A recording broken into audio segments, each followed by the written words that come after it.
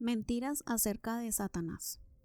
Una de mis amigas más cercanas, habla Dana, es Brenda Maseka, que vive en Zambia, África. Ella creció con una fuerte conciencia de las fuerzas demoníacas y ha sido testigo de muchos incidentes cuando las han expulsado de las personas. En su recorrido a pie de la casa a la escuela donde trabaja, pasa con frecuencia junto a la casa del curandero, donde a veces encuentra personas que se deslizan como serpientes. Es como si sus cuerpos no tuvieran esqueleto. No es algo que se pueda simular. Ella dice que incluso los no creyentes han visto actividades demoníacas y lo expresa en estos términos. Así es en África. Brenda tiene un nombre ancestral que le dio su padre cuando nació. Ella no piensa decírmelo y ni siquiera hará referencia a su significado. Nosotras hemos compartido los secretos más profundos y oscuros de nuestras vidas, pero ella nunca me dirá lo que yo consideraba un simple nombre. Para ella es mucho más que eso, porque conoce demasiado bien el poder de Satanás y está muy contenta de alejarse de esto, hasta el punto de callar cualquier cosa que pudiera glorificarlo, como repetir su nombre ancestral. En nuestras conversaciones con las jóvenes de nuestro país, nos inquietó que muchas veces su concepto de Satanás y su reacción ante él en realidad lo glorificaban, es decir, le conceden una gran importancia a él y sobreestiman su poder. Descubrimos mucha confusión acerca de quién es Satanás y de lo que es capaz de hacer. Está en todas partes, puede leer mis pensamientos. Podemos entender el porqué de tal confusión. En 2006, el 45% de los adultos que se llamaban cristianos y tenían fe en la Biblia creían que Satanás era un simple ícono del mal, no un ser cuya existencia podía entenderse en el sentido literal. Una proporción similar de adolescentes cristianos también creían lo mismo. Si a estas dos generaciones le sumamos otra de personas mayores que no están capacitadas para discipular a los más jóvenes en cuanto a su respuesta frente a Satanás, el resultado es que la mitad de los adolescentes de tu generación no tienen en cuenta la presencia y la influencia de Satanás. Y la otra mitad, que sí cree en su existencia literal, corre el peligro de magnificar su poder. Es necesario que tengas una comprensión básica de quién es Satanás y cómo opera. Veamos si podemos acabar con los malentendidos. Luego veremos dos mentiras principales que jóvenes como tú creen acerca de Satanás y de la guerra sobrenatural que libra contra nuestro Dios Santo. ¿Quién es Satanás? Satanás era un hermoso arcángel, uno de los ángeles principales que fue expulsado del cielo por querer ser igual a Dios. El profeta Ezequiel presenta una descripción gráfica que, según la mayoría de los eruditos bíblicos, hace referencia a Satanás. Él escribe que en el principio Satanás era el sello de la perfección, lleno de sabiduría, acabado de hermosura, el querubín protector. Pero luego Ezequiel relata que Satanás fue lleno de iniquidad, se enalteció su corazón a causa de su hermosura, corrompió su sabiduría. Ezequiel 28, 12 al 17. Por su arrogancia y rebelión, Dios lo expulsó del cielo. Satanás pensó que podía llegar a ser semejante al Altísimo, Isaías 14:14, pero en nada se parece él a Dios. Para empezar, Satanás tuvo un principio y un día llegará el fin de su reino sobre este mundo, cuando será lanzado al lago de fuego y atormentado día y noche por los siglos de los siglos. Apocalipsis 20:10.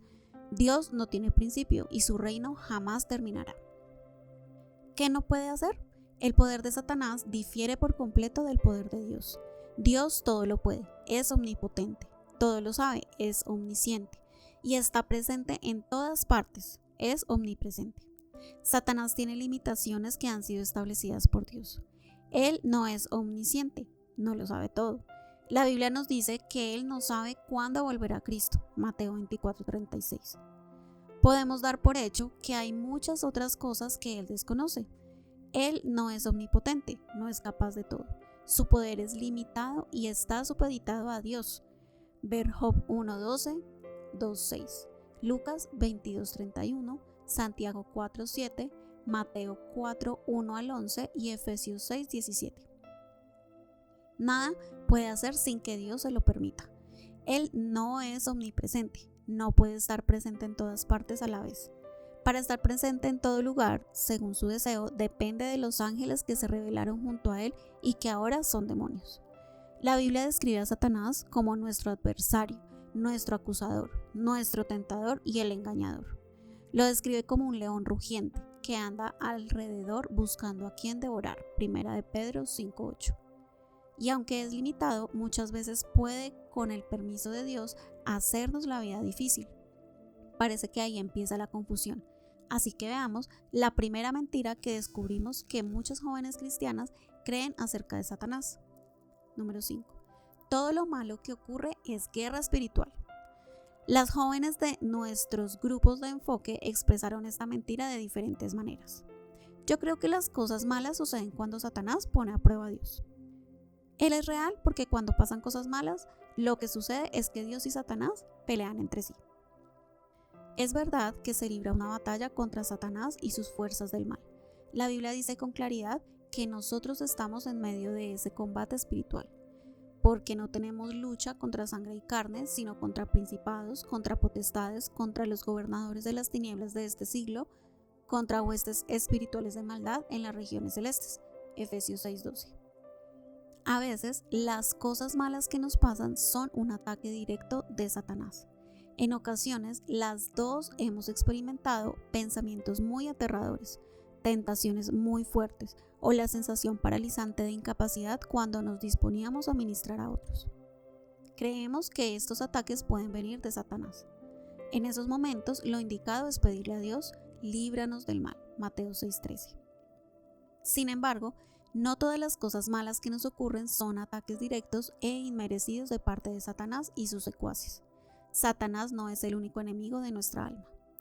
Muchas de las cosas malas que te suceden son el resultado de tus propias decisiones. Uno de los mayores adversarios de tu crecimiento cristiano eres tú misma. Es lo que muchas veces el Nuevo Testamento llama la carne. Ve Romanos 7:25, Gálatas 5:16 y 1 de Pedro 2:11. Por ejemplo, cuando llegas a tu primer día de universidad, muchas compañías de crédito te darán la bienvenida. Todas te darán regalos gratis, con la condición de que te afilies a su tarjeta de crédito. Puede que estés tentada por una manta de la universidad para llevar a los partidos, un mes de pizza gratis y la tarjeta de regalo con valor de $25 para descargar música de iTunes. No caigas en la trampa. Si lo haces, al final de tu vida universitaria, lo más probable es que hayas acumulado una deuda por el uso de la tarjeta de crédito que oscila entre los $3,000 y los $7,000. Si usas tarjetas de crédito para comprar cosas que exceden tu presupuesto, tarde o temprano terminarás en cautiverio económico. Cuando te sientes desalentada porque no puedes pagar tus cuentas, no es porque te ha atacado Satanás, sino porque has tomado decisiones carentes de sabiduría. Has sido tu propio enemigo. A veces suceden cosas malas por la influencia del mundo caído en el que vivimos. El Nuevo Testamento usa la palabra griega cosmos para referirse al orden o sistema de cultura organizada aparte de Dios. Juan 15:18-19 y 1 Corintios 1:18-24. Este cosmos apela a nuestros deseos y ojos y alimenta nuestro orgullo. Dicho sistema mundano ha sido y es siempre el mismo feroz enemigo. Por ejemplo, para la mayoría de personas de la generación de nuestros abuelos, la pornografía no era un asunto serio. Para encontrarla tenían que ir a lugares de entretenimiento inmoral. Hoy día es un gran problema porque está en todas partes. Es casi imposible conducir por una ciudad sin ser bombardeado por imágenes sexuales en las vallas publicitarias. Cuando navegamos por internet para comprar algo tan inofensivo como un collar de perlas, sin querer podemos hallarnos frente a imágenes sucias si no tenemos un filtro instalado. De acuerdo con un estudio, el 90% de personas entre los 8 y los 16 años han visto pornografía en la internet, la mayoría de ellas mientras realizaban sus deberes escolares. Si esto te ha sucedido, es muy probable que no lo hayas buscado. Sin embargo, eso tampoco significa que Satanás haya planeado un ataque específico contra tu vida. Eso significa que en ocasiones harás frente a cosas pecaminosas simplemente porque vives en un mundo caído. Cuando enfrentamos tiempos difíciles, no debemos dar por hecho que el causante es Satanás. La Biblia dice con claridad que nuestra batalla por la santidad se libra en 3 frentes. Luchamos contra Satanás, pero también contra nuestra carne y contra el mundo. No podemos pasar por alto ninguna de las 3. De hecho, con frecuencia se entrelazan y en algún sentido Satanás está involucrado en todas ellas. Pero cuando te suceden cosas malas, no puedes simplemente gritar guerra espiritual, como si estuvieras exenta de responsabilidad. Y aunque Él sea la fuente de tus problemas, tú tienes tu parte de responsabilidad. Si padeces alguna opresión o influencia demoníaca, Dios te ha dado por medio de Cristo y de la cruz todo lo que necesitas para ser libre. Por eso el arrepentimiento, la confesión y la aceptación de la verdad bíblica son tan importantes. Aunque Job sufrió un ataque feroz de Satanás, no pecó. Esa debe ser nuestra meta. Por cierto, hablemos un poco de la responsabilidad personal. Mentira número 6. Nunca me he expuesto a prácticas ocultas. Preguntamos repetidamente a las chicas, ¿alguna vez han estado expuestas a prácticas ocultas? Y su respuesta una y otra vez fue no. Entonces les preguntamos acerca de puntos específicos. ¿Alguna vez has leído o has visto tu horóscopo? ¿Alguna vez has participado en actividades psíquicas? ¿Alguna vez te han leído la palma de la mano? ¿Alguna vez han usado un juego de video o has visto una película que mostraba las fuerzas demoníacas o la brujería como algo bueno? Esta vez la respuesta fue, bueno, sí, pero es fácil tolerar la maldad cuando nos exponemos a ella de manera repetida o esporádica. Y si bien es probable que esta exposición fortuita no pueda por sí sola destruir tu fe y tus valores, debes saber que exponerse de manera descuidada e ingenua puede ser peligroso. Por ejemplo, si piensas que una tabla Ouija es apenas un juego tierno que vende Parker Brothers, pasas por alto el hecho de que esta se considera una entrada espiritual a la conversación con los muertos. La Biblia lo llama adivinación. Simplemente queremos decirte que tengas cuidado a qué te acercas y que aprendas lo que Dios dice al respecto. Dios prohíbe cualquier clase de brujería y hechicería, entre ellas la adivinación, los horóscopos y hablar con los muertos. La palabra de Dios explica esto de forma clara e inequívoca. No se ha hallado en ti quien practique adivinación, ni agorero, ni sortílego, ni hechicero, ni encantador, ni adivino, ni mago, ni quien consulte a los muertos, porque es abominación con Jehová cualquiera que hace estas cosas. Deuteronomio 18, 10 al 12. Y la persona que atendiere a encantadores o adivinos, yo pondré mi rostro contra la tal persona. Levítico 26. Está muy claro que el pueblo de Dios no debe tener ningún contacto con la adivinación, los agüeros o los signos del zodiaco, como los horóscopos y la adivinación, ni con médiums o espiritistas que consultan los muertos, como los psíquicos.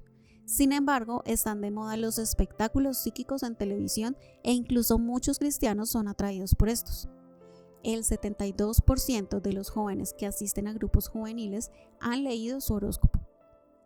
Hemos sabido de un grupo de chicas que intentó llevar a cabo una sesión espiritista durante un campamento cristiano, solo por diversión. Tenemos que preguntarnos si los adolescentes son conscientes de que esta clase de actividades no son simple entretenimiento inocente. En realidad, Dios se refiere a dichas actividades con el término detestable, para expresar su parecer con respecto a ellas. Estas advertencias no son exclusivas del Antiguo Testamento. El apóstol Pablo advierte con claridad que quienes practican la hechicería o la brujería no heredarán el reino de Dios. Gálatas 5, 20 y 21. Si Dios aborrece tanto la brujería, ¿no deberíamos nosotras al menos tener sumo cuidado de no exponernos a ella? Muchos libros, películas y juegos populares presentan brujos, hechiceros y otros personajes esotéricos. Cualquier medio que los presenta como héroes, que incita la curiosidad o que alienta la experimentación y la exploración de cosas relacionadas con el ocultismo es peligroso y debe evitarse.